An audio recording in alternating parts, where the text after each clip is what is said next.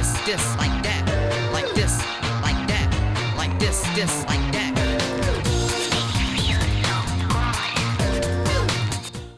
Eh bien, bonjour tout le monde, on se retrouve pour le 101ème épisode de No Limits 2 et on se retrouve sur des maps créées par la communauté comme d'habitude. Ah, ça fait du bien de reprendre avec ce beau coucher de soleil. Nous sommes aujourd'hui sur une map dans le style chinois, un petit peu comme ce que nous a pondu Elvin au contest de l'épisode 100. Si vous n'avez pas vu cet épisode 100, qu'est-ce que vous faites là, bordel de merde?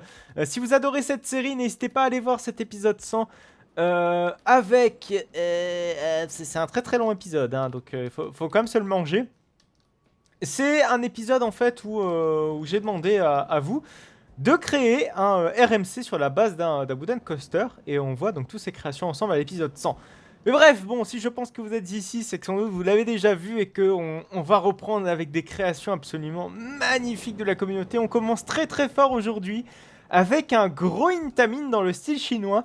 Vous allez voir également la semaine prochaine, on va retourner sur des maps qui ont la capacité d'avoir les visiteurs et il y en a pas mal aussi qui sont arrivés depuis ce temps-là.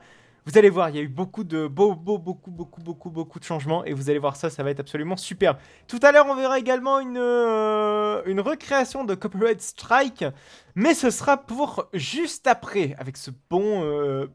Ça, par contre, c'est un élément assez unique. C'est un non-inverted loop, mais qui n'est pas inverted, qui est un petit peu sur le côté. C'est un twisted. Enfin, je sais pas, ça n'a pas de nom, hein, c'est encore inédit. Mais c'est sympa d'avoir des éléments inédits comme cela. Donc, je vous propose quand même d'aller rider ce petit coaster.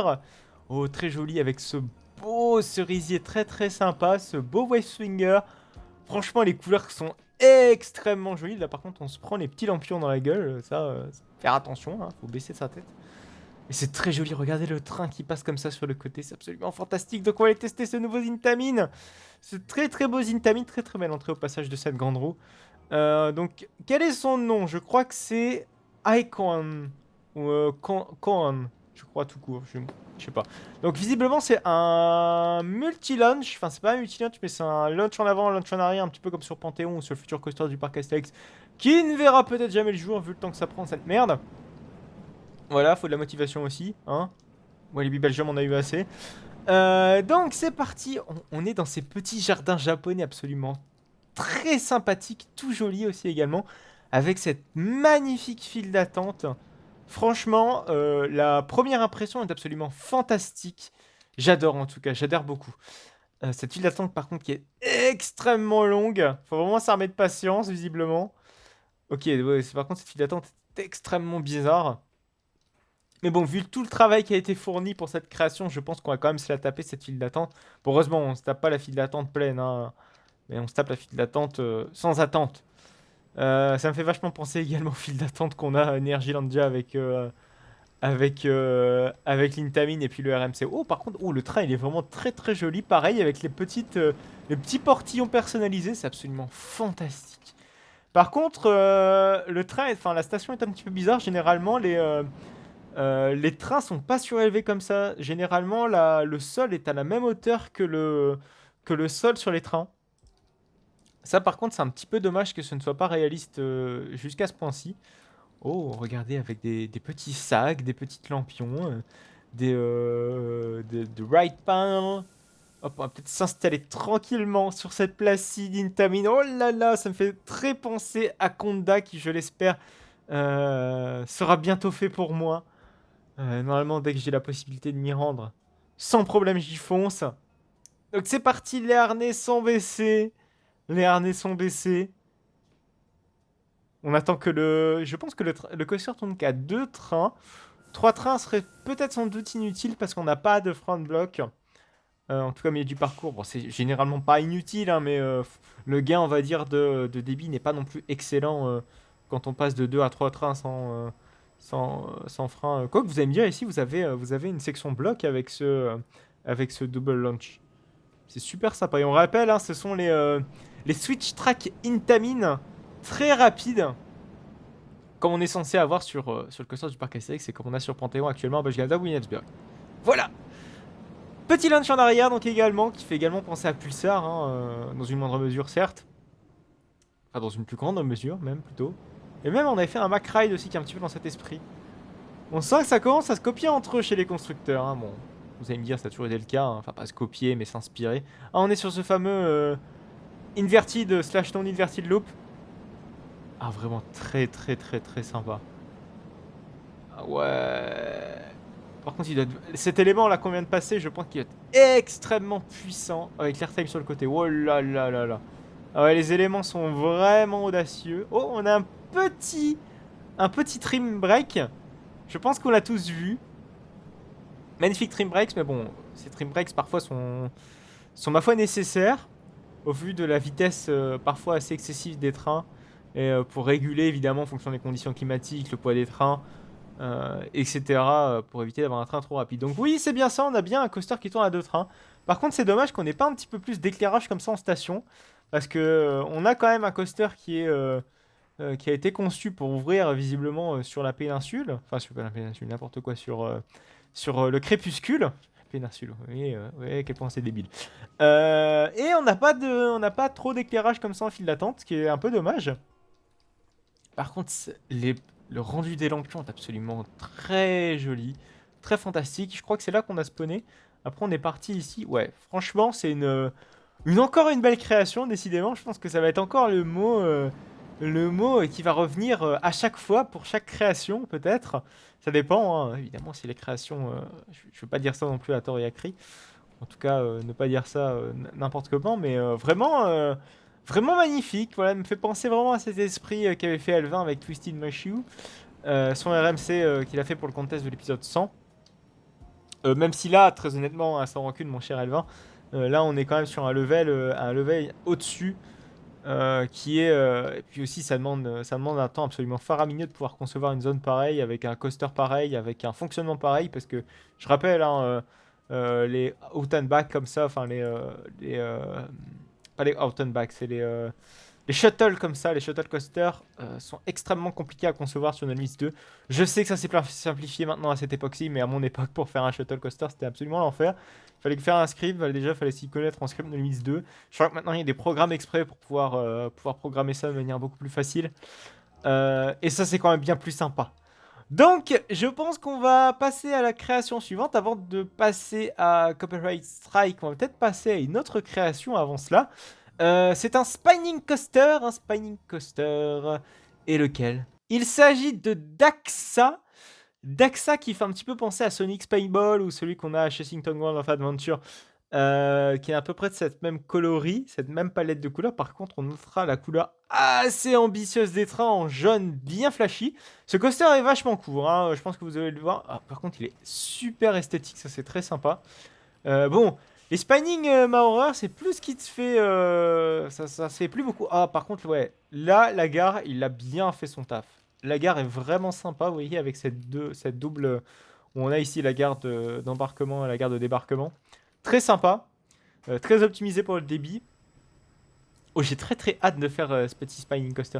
Je crois que le tout dernier spinning coaster en date, si je ne me trompe pas, c'est celui de Bob Garland en 2011. De mémoire, il n'y en a pas eu. Alors peut-être en Chine ou dans un pays asiatique. Mais vraiment, les spinning coaster Maurer, même en général, le constructeur Maurer en ce moment, c'est un petit peu la dèche quoi. Les X-Cars, ça fait un beau moment qu'on n'en a pas eu. Je crois que le tout dernier date de 2010, 2011, voire 2013, celui de Revlit, je crois. Vraiment, les X-Cars sont très très très très rares. Même, je pense que le dernier coaster à avoir été vendu par Maurer, c'est le Motospike de Mirabilandia.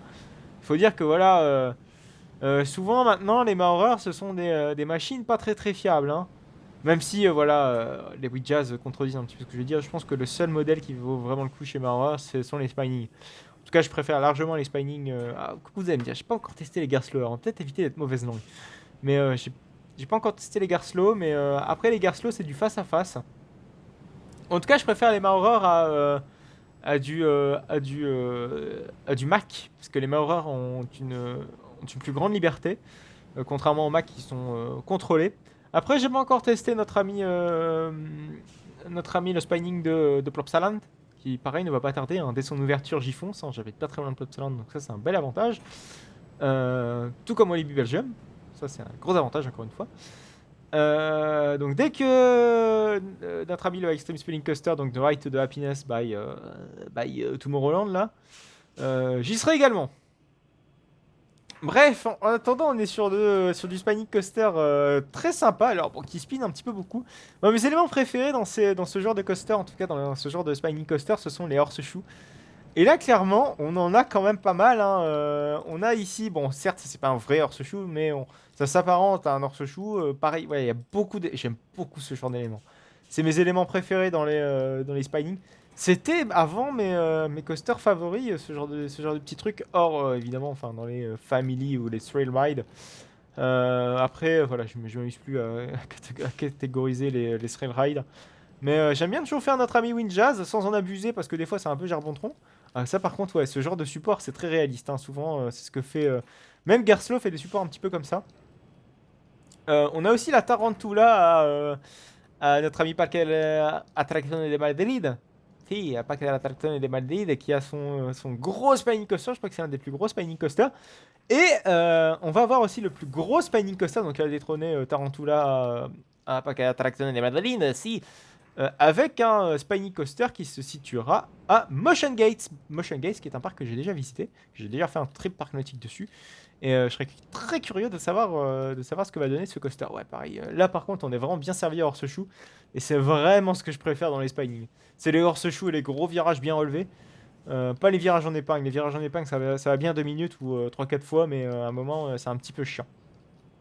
Voilà. Bon, j'ai beaucoup parlé sur ce spinning, ma foi, parce qu'il n'y a pas énormément de thématisation. On a beaucoup parlé technique, on a beaucoup parlé l'histoire des spinning coasters.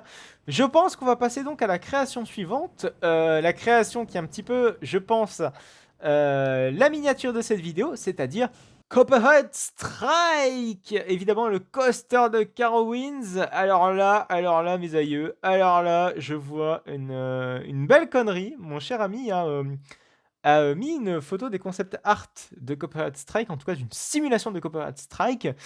C'est dommage, hein, j'aurais préféré avoir une photo de ta création plus tôt. Alors je te tutoie, mais je ne te connais absolument pas d'ailleurs.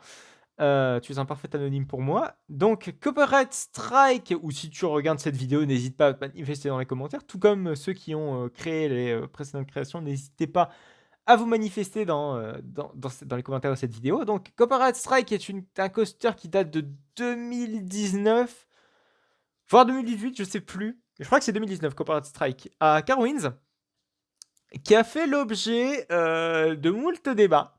Parce que ce coaster a coûté très très très très cher. Je crois qu'il a même coûté plus cher que n'importe quel coaster de Carowinds. Alors que c'est un simple double launch coaster MacRide qui n'a pas énormément d'originalité, me direz-vous, dans ses éléments. Enfin, aussi peut-être des éléments très tricky, très resserrés. Mais généralement, c'est tout, quoi. Ça va pas plus loin que ça. Et ça c'est un petit peu dommage, j'ai envie de dire. Mais bon, voilà. On va voir ce que donne en tout cas cette recréation.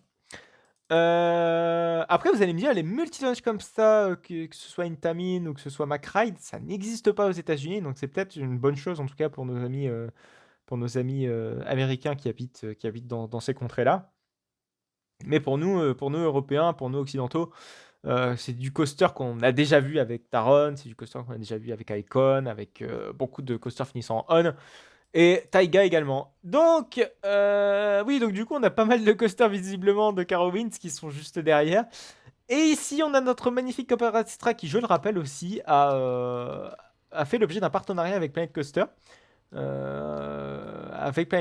donc Planet Coaster a reçu, en tout cas, Carowinds, en tout cas, Cedar Fair s'est associé avec Planet Coaster pour pouvoir recréer un ride system similaire à même identique à celui de Copperhead Strike.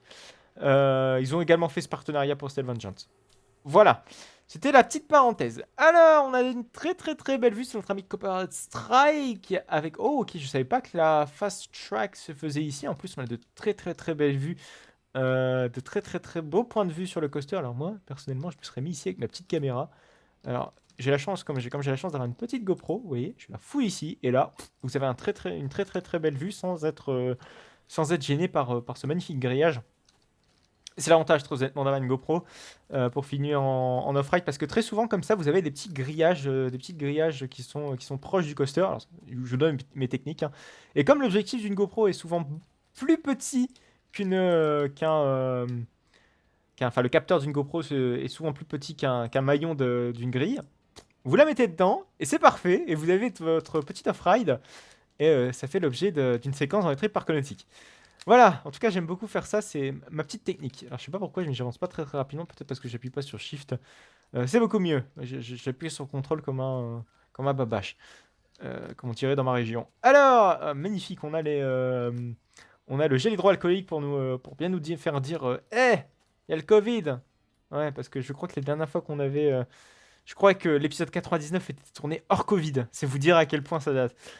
Donc, visiblement, ici, c'était la file normale. Ici, on est en fast track. On va quand même passer en file normale histoire de faire. C'est quoi ce support absolument éclaté? D'accord, pourquoi pas.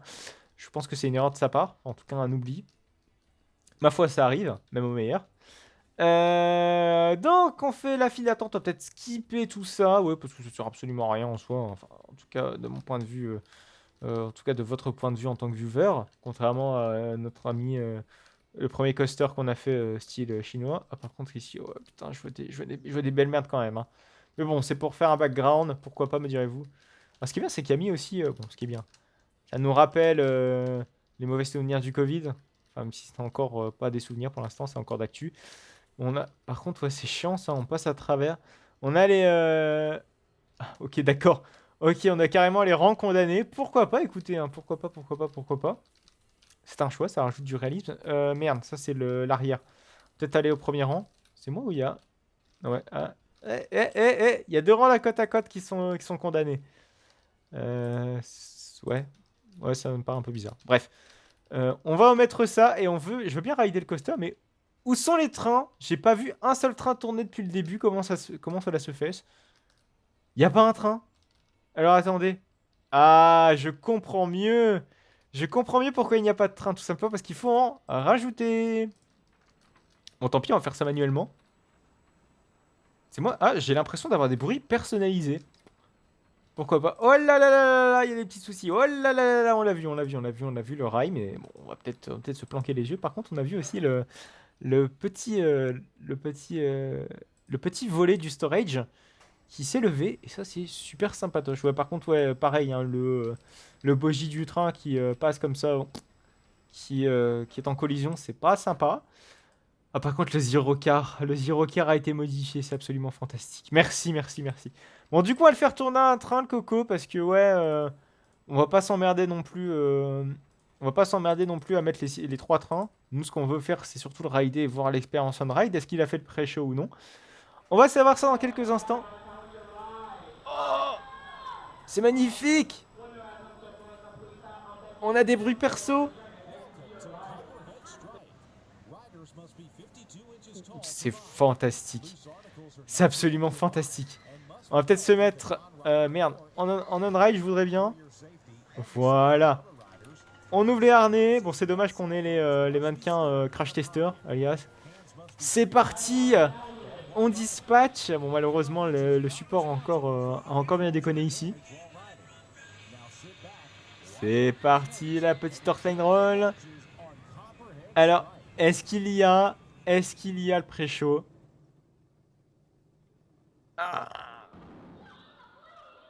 Ah, c'est déjà pas mal. C'est déjà pas mal, vous allez me dire, mais j'en attendais un petit peu plus. Ah, ce coaster me fait vraiment penser aussi à... Enfin, ce loop, en tout cas, me fait penser à Capital Bullet Train, qui est un coaster également que j'ai déjà fait à Motion Gates.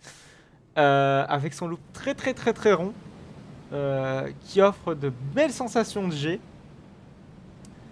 C'est très original, ce genre de loop. En tout cas, je préfère un loop comme ça à des loops trop classiques. Mais la pointe de jet est vraiment assez excessive parfois. Ça me fait penser peut-être au loop un petit peu comme on retrouve sur Psyche Underground ou tout sur les vieux loops Anton Schwarzkopf. Oh, par contre, cet élément, c'est moi où il a bien freiné. Quelle est l'utilité de launcher et après freiner? Ce coaster est vraiment assez bizarre. Hein. Il est vraiment très particulier, en tout cas dans son enchaînement d'éléments, et très, très propre à lui-même. Il n'est pas tant original dans son type de coaster, mais plus dans ses éléments et dans son enchaînement d'éléments qui est très unique. Taiga un petit peu ça, mais sans excès comparé à Copperhead. Mais ouais, c'est un coaster, personnellement, où je pense, si jamais un jour j'irai à Carowinds, ce que j'espère, hein, mais bon, c'est pas le parc que je vise absolument. En tout cas aux États-Unis. Il y a bien d'autres parcs, je pense, où j'aimerais y faire un petit tour. Je pense notamment à Cedar Point. Oh, il y a un petit compteur. Je pense à Cedar Point ou à la Floride et tous ces parcs-là. Mais si vraiment je vais à Carowinds, je pense que j'en attendrai rien de ce coaster. Et je pense peut-être, je sais pas, je sais vraiment pas quoi m'attendre en fait à ce genre de ride, mais vraiment je pense que si jamais je mettrais les pieds à Carowinds, je n'attendrai à rien de ce coaster. Et peut-être que je serai surpris. Peut-être que pas du tout, peut-être que ce sera une grande déception pour moi. Bref, je pense, je vais le prendre un petit peu comme j'avais pris Lost Gravity en 2016, vous savez. Où Lost Gravity, je n'en attendais rien et finalement j'ai trouvé ce coaster excellent. Bref, on verra ça peut-être un jour sur un trip à Carowinds. Peut-être un épisode de Trip Park Nautique associé à ça là. Alors là, c'est mon moi du passé, l'actuel, qui parle à mon moi du futur. Je pense honnêtement. Je pense que Carowinds est quand même un parc à faire au moins une fois dans sa vie. Bref, il y a tellement de parcs à faire en fait. Bref, je digresse sur beaucoup de choses alors qu'il y a quand même beaucoup. Alors qu'on a le Covid en fait aujourd'hui. Bon, excusez-moi, c'était une vidéo de divertissement qui n'était pas censée parler de Covid. Je suis désolé. Bref, on va donc se quitter là pour cette vidéo. De No Limits 2, j'espère que cette reprise vous plaira. On va donc se retrouver la semaine prochaine pour une nouvelle vidéo de No Limits 2. En attendant, vous pouvez me retrouver sur Roblox. C'est le mercredi et très bientôt quand les parcs vont réouvrir, j'espère, avec Walibi Belgium. On croise les doigts, je pense que c'est le premier parc que je ferai cette saison. On croise grandement les doigts pour une réouverture des parcs et donc des nouveaux épisodes de Trip Park Nautique. Ce sera très très très bientôt, je l'espère. Et la semaine prochaine, une nouvelle vidéo de No Limits 2. En tout cas, n'hésitez pas à liker cette vidéo, n'hésitez pas à commenter également si elle vous a plu. N'hésitez pas à vous abonner pour ne plus manquer aucune autre vidéo. Vous pouvez me retrouver sur Instagram, YouTube et Twitter. Les liens de mes réseaux sociaux se trouvent dans la description de cette vidéo. Allez, à plus tard.